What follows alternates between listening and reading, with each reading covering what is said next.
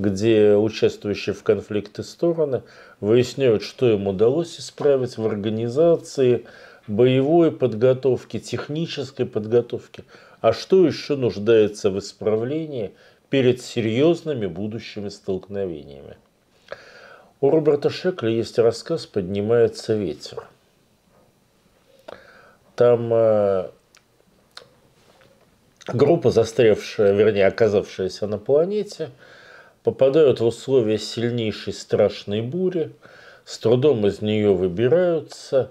Когда буря стихает, вездеход сломан, база практически разрушена.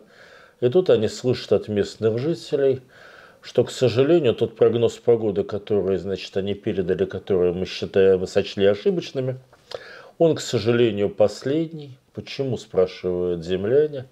Но, видите ли, лето заканчивается и начинается сезон опасных зимних штормов. И вот тут до землян доходит, что та буря, которую они только что видели, с точки зрения местных, несколько сильный ветер, но не более того.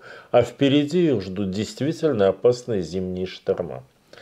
Я боюсь, что и НАТО, и российская армия сейчас находятся в положении землян. В этом прекрасном рассказе «Поднимается ветер». Его последняя строчка «А ветер крепчал». Многоточие. Ну, будем надеяться, что, как вы говорите, это повод для работы над ошибками, и все-таки ветер мы переживем. Ну, хотелось бы на это надеяться. По крайней мере, хоть работа над ошибками начала делаться, да, и это приятно. Спасибо. Спасибо.